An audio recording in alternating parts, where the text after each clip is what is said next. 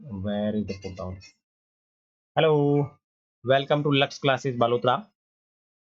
प्यारे बच्चों, अपन आपके दूसरे पार्ट का अध्याय कर रहे थे और दूसरे पार्ट की आज आपके तीसरा मतलब तीसरी क्लास है और आज अपन आपके पूरे पार्ट को कंप्लीट कर लेंगे। ठीक है, आपके पार्ट का नाम है देशांतर और अक्षांश, और जिसके अंदर अपन ने अक्षांश की बात कर ली थी और देशांतर की बात कर ली। अब बात करेंगे देशांतर और समय किस किस तरीके से होता है वो देख लेते हैं। देखो, समय को मापने का सबसे अच्छा साधन पृथ्वी, चंद्रमा एवं ग्रहों की गति है। सूर्योदय एवं सूर्यास्त प्रतिदिन होता है, यानी सूर्य प्रतिदिन उगता है और प्रतिदिन अस्त होता है। अतः स्वाभाविक ही यह पूरे विश्व के अंदर समय निर्धारण का सबसे अच्छा साधन है। स्थानीय समय का अनुमान सूर्य के द्वारा बनने वाली परछाई से लगाया जा सकता है, जो दोपहर में सबसे छोटी एवं सूर्योदय तथा सूर्य अस्त में सबसे लंबी होती है। बताओ, सूर्य की परछाई सबसे लंबी कब होगी? तो देखो, सूर्य की परछाई, देखो सूर्य के द्वारा बनने वाली परछाई से लोग समय का अनुमान लगाते हैं, जो दोपहर में सबसे छोटी होती है एवं सूर्य उदय तथा सूर्य अस्त के समय सबसे लंबी होती है। कहने का तात्पर्य ये है कि देखो, वर्तमान में तो सारी घड़ी वगैरह आ गई है, लेकिन अगर अपन पहले के जमाने की बात करें तो उस जमाने में घड़ी नहीं थी, तो लोग किस तरीके से समय का निर्धारण करते थे, तो उसके अंदर वे लोग क्या यूज लेते थे, जो अपना सूर्य है उसकी सूर्य की जो परछाई है, जो छाया पड़ती है, उससे समय का निर्धारण करते थे।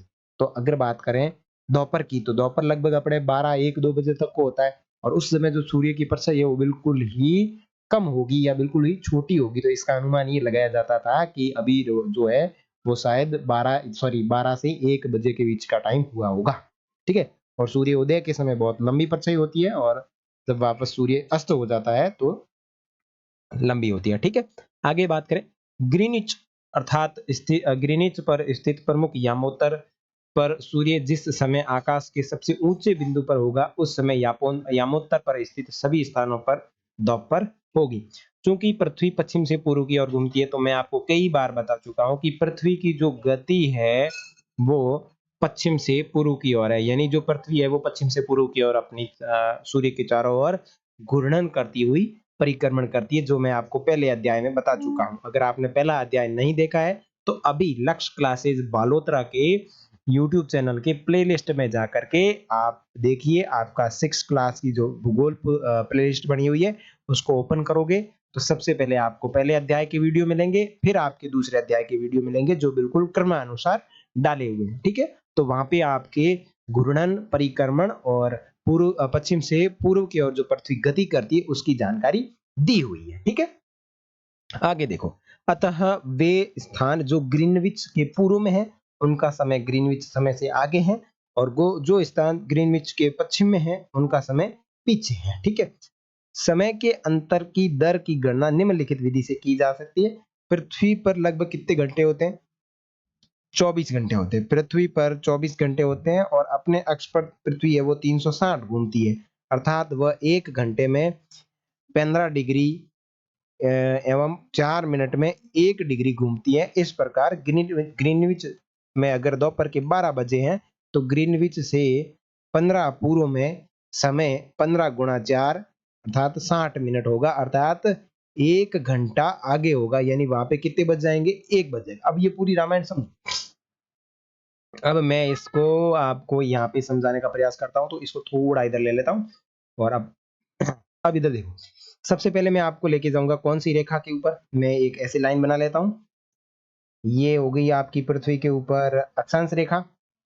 ठीक है, और ये मान लेता है अपनी जो है, अरे गलत हो गया, अरे गलत हो गया, इसको वापस कर लेते हैं ऐसे। ये थोड़ी टेढ़ी मेढ़ी हो रही है, देखो कोई दिक्कत नहीं। अब ये जो आपकी रेखा है ये है 0 डिग्री देशांतर रेखा। ठीक है, जिसको कहते हैं प्रमुख यामोत्तर रेखा। क्या कहते हैं? प्रमुख यामोत्तर यामोत्तर रेखा। ठीक है, ठीक है। अब इसके इस तरफ जो होंगे वो होंगे पूर्व में, उसमें समय जोड़ा जाएगा, और इस तरफ जो होंगे वो होंगे पश्चिम में, इसमें जो समय है वो घटाया जाएगा। ठीक है, अब इसने एक प्रश्न कहा है कि पृथ्वी है वो अपने एक अक्ष पर 360 घूमती है। कहने का मतलब पृथ्वी 24 घंटे में 360 कैसे घूमती है? यानी आपका ये पृथ्वी है, ये ऐसे गोल-गोल अपने अक्ष पर घूमती है ना, तो इसको जो समय लगता है वो लगता है 24 घंटे, और 24 घंटे के अंदर वो अपने अक्ष पर कितनी डिग्री घूम जाती है? 360 डिग्री घूम जाती है। जैसे आपके चांदा होता है ना गोल वाला, आप एक जगह से शुरू करके वापस ऐसे घुमाओगे तो वो 360 घूमेगा कि नहीं घूमेगा? 0 से शुरू करना है और उसको अपनी ही अक्ष पर गोल-गोल घुमाना है, तो वो 360 घूमता है। उसी प्रकार पृथ्वी है वो अपने अक्ष पर 360 डिग्री घूमने में जो समय लगाती है वो आपका लगाती है 24 घंटे। ठीक है, तो एक घंटे के अंदर कितनी घूमेगी? एक घंटे के अंदर घूमेगी 15 डिग्री। अर्थात कहने का मतलब क्या हुआ कि पृथ्वी जो है वो आपकी भाई 360 कंप्लीट कितने में करती है? 360 कंप्लीट करती है आपके 24 घंटे में। ठीक है, तो आपको एक घंटे की वैल्यू निकालनी है, तो 24 का भाग 360 में दिया तो कितनी बार गया? 15 बार। कितनी बार गया? 15 बार गया। 24 का भाग 360 में देके देखो आप, 24 का भाग आपने दिया 360 के अंदर, तो देखो 360 के अंदर आपको भाग देना है 24 का, तो लग आपके कितनी बार जा रहा है? 15 बार जा रहा है। यानी ये कितने डिग्री पार करती है? एक घंटे के अंदर कितनी घूमती है पृथ्वी? यानी पृथ्वी जो आपकी घूमती है वो घूमती है एक घंटा में, आपकी घूमती है 15 डिग्री घूमती है, यानी 15 डिग्री देशांतर पार करती है। ठीक है, 15 डिग्री देशांतर पार करती है। तो एक देशांतर पार करने में कितना समय लगेगा? तो इसको एक देशांतर पार करने के अंदर कितना समय लगेगा? इसका आप क्या करो, एक देशांतर पार करने के अंदर इसको जो समय लगेगा वो लगेगा आपके 4 मिनट का। कितना टाइम लगेगा? 4 मिनट का टाइम लगेगा। तो आपको यहाँ पे 1 डिग्री की वैल्यू निकालनी है। किसकी वैल्यू निकालनी है? 1 डिग्री की वैल्यू निकालनी है, तो 60 के अंदर भाग दे दो 15 का, आपके गया 60 के अंदर भाग 15 का दिया तो आपकी वैल्यू आ गई 4 मिनट। ठीक है, 4 मिनट घूमती है, वो कितने मिनट में घूमती है? 1 डिग्री पार करने के अंदर समय लगाती है। क्या आपको समझ में नहीं आया? देखो वापस देखो इसको, स्टॉक इरेजर, देखो वापस समझाता हूं मैं, क्योंकि ये थोड़ा सा आपको समझना बहुत जरूरी है। अपन जो पढ़ रहे हैं वो उसका नाम ही क्या है? देशांतर से समय गणना करनी। अब देशांतर से आप समय गणना कैसे करोगे? तो आपको मैंने बता दिया कि ये आपको 0 डिग्री देशांतर रेखा है, जिसको प्रमुख यामोत्तर रेखा कहा जाता है। इस तरफ पूर्व है और इस तरफ पश्चिम है। इस तरफ जो समय आएगा वो जोड़ा जाता है, इस तरफ जो आता है उसको घटाया जाता है। अब ये थोड़ा लेंदा टॉपिक है, इसको छोड़ दो। आपको सिर्फ आपकी पुस्तक के अंदर जो दिया है इसको सॉल्व करना है बस। तो अपन ने कहा कि जो आपकी जो पृथ्वी है वो अपने अक्ष पर, ये आपका अक्ष हो गया, और इस अक्ष पर ये 24 घंटे घूमती है, और इसको 24 घंटे घूमने में जितनी डिग्री ये घूमती है उसका कितना मान है? 360 वैल्यू है। कितनी वैल्यू है? 360 वैल्यू है, और ये 360 है वो कितने घंटे में घूम जाती है? 24 घंटे में घूम जाती है। तो अपने को एक घंटे की वैल्यू निकालनी है, तो एक घंटे की वैल्यू निकालेंगे तो 360 के अंदर अपन कितना का भाग देंगे?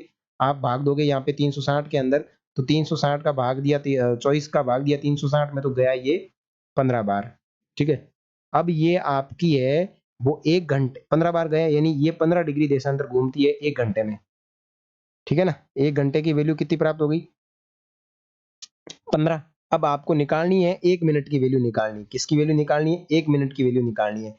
तो एक मतलब 15 बट्टे 60, एक मिनट में कितने सेकंड होते हैं? 60 सेकंड होते हैं। तो इसकी वैल्यू निकालोगे तो आप कितने हो गए? 4 बार गया, 1500 के 60, 4 बार गया। तो आपकी जो पृथ्वी है 1 डिग्री देशांतर पार करने के अंदर जो समय लेती है वो लेती है 4 मिनट। ठीक है ना, 4 मिनट का समय लेती है। उसी प्रकार इसने ये क्या कहा है कि जब ग्रीनविच में दोपहर के 12 बजे हैं, ग्रीनविच में कितने बजे? दोपहर के 12 बजे हैं, अर्थात इसके पूर्व में 15 डिग्री पर समय क्या होगा? तो देखो ये आपकी ग्रीनविच है, और ये आपका अक्षांश मान लो, ये ग्रीनविच पे कितने बजे है? 12 बजे हैं। ठीक है, कब के बजे हैं? दोपहर के 12 बजे हैं। ठीक है, और ये ग्रीनविच का मान कितना है? ग्रीनविच का मान है 0 डिग्री देशांतर। ठीक है, अब आपको किसका ज्ञात करना? 15 डिग्री देशांतर का ज्ञात करना। किस तरफ है? पूर्व की तरफ है, तो इस तरफ होगा। तो यहाँ पे आप रेखा खींच दी, ये खींच दी, और ये आपकी रेखा है, इसकी वैल्यू है 15 डिग्री पूर्वी देशांतर। ठीक है, तो अब आपको इसकी वैल्यू ज्ञात करनी है कि भाई इस कितने समय क्या होगा। तो यहाँ पे 12 बज रहा है, तो अपने को यहाँ का समय ज्ञात करना है। तो यहाँ का समय ज्ञात करने के लिए सबसे पहले अपन क्या करेंगे? 15 लिखेंगे। अब आपका 1 डिग्री जो देशांतर है वो पार करने में कितना मिनट लेता है? 4 मिनट। तो 15 डिग्री पार करने में कितना समय लगेगा, तो 15 गुणा कर देंगे 4। 15 गुणा 4 करोगे तो आपके कितने प्राप्त हो गए, 60 मिनट प्राप्त हो गए। कितने प्राप्त हो गए, 60 मिनट प्राप्त हो गए। अब ये जो आपके 60 मिनट प्राप्त हुए, वो आप क्या करोगे, इस 12 के साथ में जोड़ोगे। अब आप 60 मिनट प्राप्त हुए, इसका मतलब आपका 1 घंटा, 1 घंटा। अब 1 घंटा अगर आप 12 के साथ में जोड़ोगे तो आपके कितने बज गए, 1 बज गए।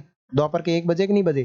तो यहाँ पे जो समय होगा वो कितना होगा, दोपहर के 1 बजे। इस तरीके से समय की गणना की जाती है, वो आपके देशांतर के साथ में समय की गणना होती है। तो उम्मीद करता हूँ आपको ये थोड़ा मोटा-मोटी समझ में आया होगा कि किस तरीके से समय से गणना करते हैं। वैसे कि आप आपकी 6th क्लास है तो इतना ज़्यादा कोई हेवी और लेंथी नहीं है कि आपको आ नहीं रहा है तो पहाड़ टूट के आपके ऊपर गिर जाएगा। लेकिन आपकी ज़िम्मेदारी बनती है कि इस प्रश्न को भी आपको समझना है, ताकि आपकी आने वाली क्लासों के अंदर आप उस प्रश्न को अच्छे से कर सकते हैं। ठीक है ना? तो ये चीज़ हो गई। आपको समझ में आ गई होगी, मैं उम्मीद करता हूँ कि आपको समझ में आ गई होगी। ठीक है? आगे देखो। लेकिन ग्रीनविच से 15 डिग्री पश्चिम की ओर समय ग्रीनविच समय के 1 घंटा पीछे होगा, यानी वहाँ सुबह के 11 बजे होंगे। इस प्रकार जब ग्रीनविच पर दोपहर के 12 बजे होंगे, तो उस समय 180 पर मध्य रात्रि होगी। अब देखो, ये समय मैंने बताया इस तरफ, यानी इस तरफ बताया। अगर यही मैं वापस 15 डिग्री इस तरफ दे देता, तो ये 15 डिग्री 1 घंटा जो प्राप्त हुआ है, वो यहाँ जो 12 बजे है ना, उस 12 बजे में से माइनस होता, यहाँ पे माइनस हो जाता और यहाँ पे क्या हो जाता, 11 बजे हो जाता। यानी इस तरफ अगर समय ज्ञात होगा तो होगा माइनस में, यानी समय को घटाया जाएगा। और अगर इस तरफ समय ज्ञात होगा तो उस समय को क्या किया जाएगा, जोड़ा जाएगा। ठीक है ना? आगे देखो, किसी भी स्थान पर जब सूर्य आकाश में अपने उच्चतम बिंदु पर होता है, तो उस समय दोपहर में उस समय की घड़ी में लगभग आपके 12 बजे होते हैं। इस प्रकार घड़ी के द्वारा दिखाया गया समय उस स्थान का स्थानीय समय होता है। आप देख सकते हैं कि दिए गए देशांतरीय यामोत्तर पर सभी स्थानों का स्थानीय समय समान है। हम मानक समय क्यों मानते हैं? अलग-अलग यामोत्तर पर स्थिति स्थानों के स्थानीय समय में अंतर होता है। और उदाहरण के लिए बहुत से देशांतरों से होकर गुजरने वाले रेलगाड़ियों के लिए समय सारणी तैयार करना बहुत ही कठिन होता है। द्वारका भारत में गुजरात के द्वारका तथा असम के डिब्रूगढ़ के स्थानीय समय में लगभग जो समय का अंतराल है वो 1 घंटा 45 मिनट का। देखो, अब आपने इसने क्या कहा है कि भारत के गुजरात, तो गुजरात यहाँ पे है, तो यहाँ पे गुजरात का द्वारिका है, ठीक है? और असम के डिब्रूगढ़, और यहाँ पे क्या है, असम का डिब्रूगढ़ है, तो यहाँ इसके बीच में समय का अंतराल होगा, क्योंकि यहाँ पे देशांतर रेखाएं तो होगी ना। यहाँ पे देशांतर, क्योंकि यहाँ पे 68 डिग्री देशांतर से शुरू हो रहा है, 68 के बाद में 69, 70, 71, 72, 73, 74, 75, 76, 77, 78, 79, 80, 81, 82 करके इसे 97 तक होंगे। तो इनके बीच में अंतर हो जाएगा, क्योंकि फिर आप 97 में से घटाओ कितना, 97 में से आप 68 घटा के, और जो आपका आंसर प्राप्त हो रहा है उसके साथ में आप 4 से गुणा कर लेना।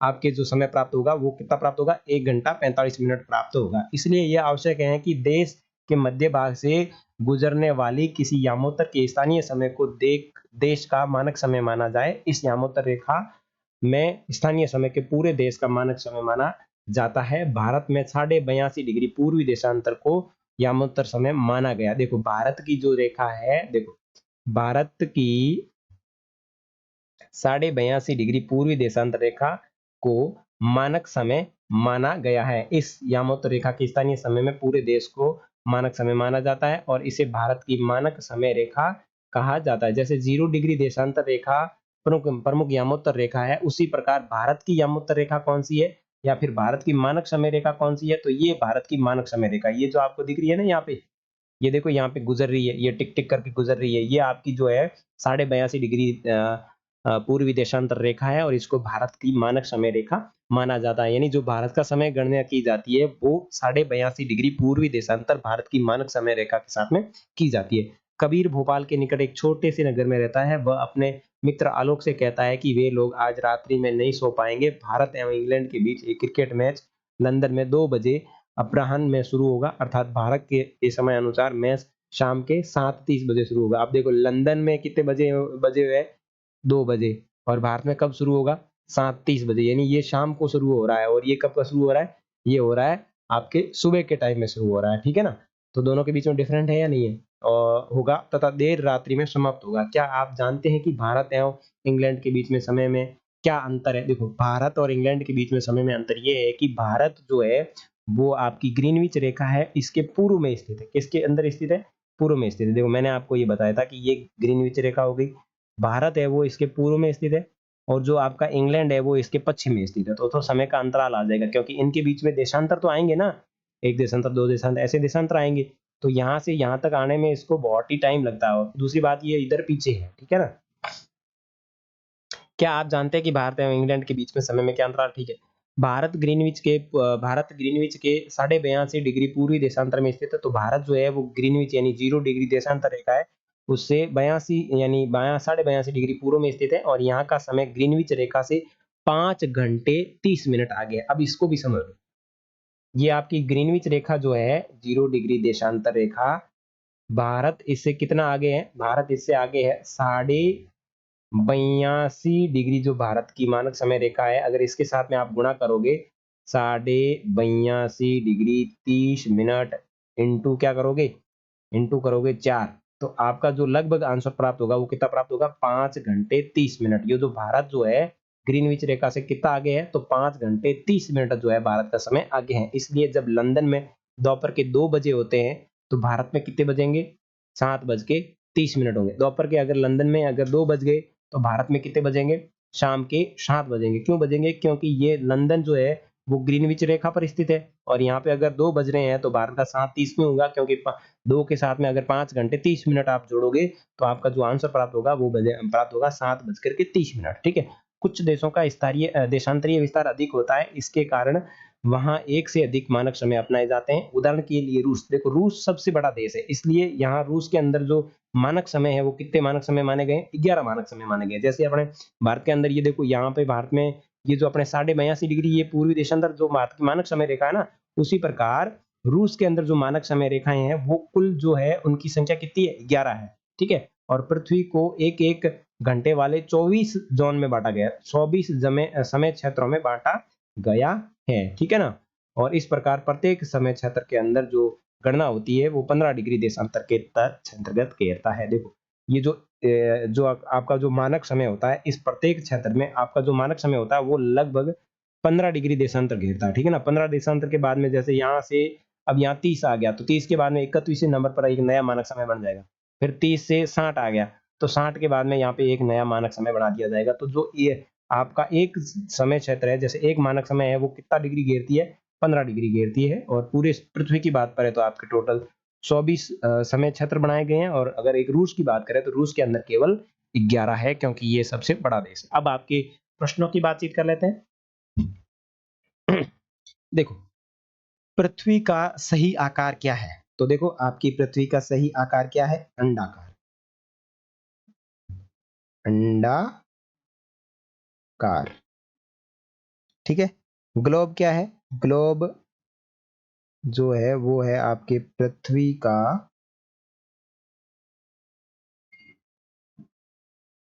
प्रतिरूप। ग्लोब पृथ्वी का प्रतिरूप है। कर्क रेखा का अक्षांशीय मान कितना है?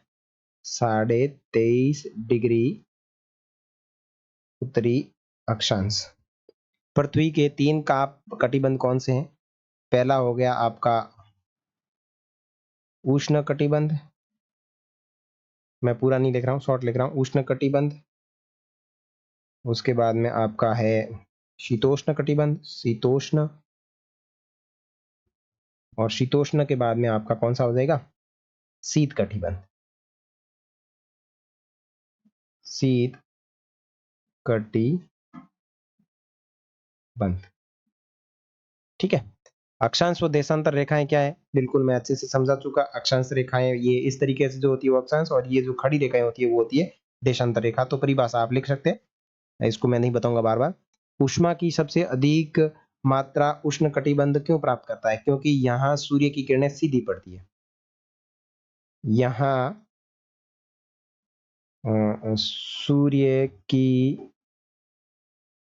किरणें किरणें जो है वो क्या होती है? सीधी